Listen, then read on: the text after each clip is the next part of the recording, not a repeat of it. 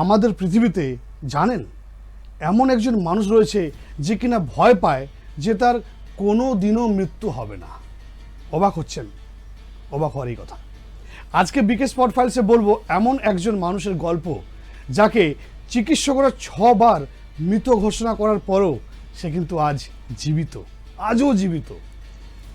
এই গল্পটা তানজানিয়ার ইসমাইল আজিজির। ইনি এমন একজন ব্যক্তি যাকে মৃত্যু কিন্তু ভয় পায়। তার 41 বছরের জীবনকালে মৃত্যু হয়েছিল মোট 6 বার, তবে প্রতিবারে তিনি জীবিত হয়ে উঠেছিলেন। প্রথম ঘটনা ঘটেছিল ইসমাইলের কাজের জায়গায়। ইসমাইলের কাজের জায়গায় একটি দুর্ঘটনায় গুরুতর আহত অবস্থায় তাকে হাসপাতালে নিয়ে যাওয়া হয়। সেখানে চিকিৎসকরা তাকে মৃত বলে ঘোষণা করেন। তার পরিবার দেহ নিয়ে অন্তিম যাত্রায় যাওয়ার সময় হয় হঠাৎই কিন্তু তিনি প্রাণ ফিরে পেলেন। এটা তো প্রথম। এরপরে আবার মৃত্যু হয় এই ব্যক্তির, এইবার ম্যালেরিয়ায়।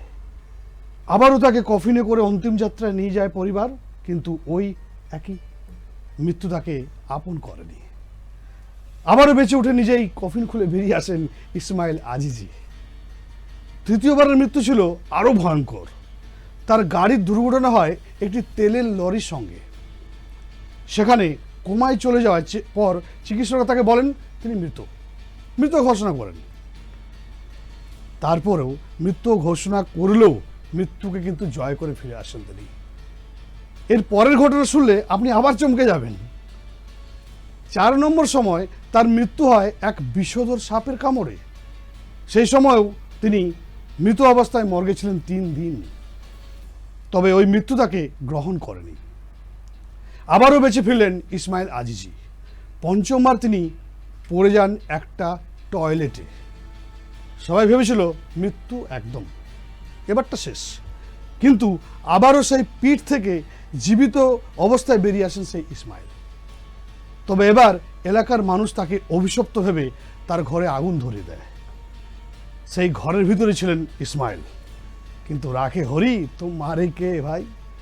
এইবারও মৃত্যুকে বুড়ো আঙুল দেখিয়ে জীবিত অবস্থায় বেরিয়ে আসেন ইসমাইল আজিজি।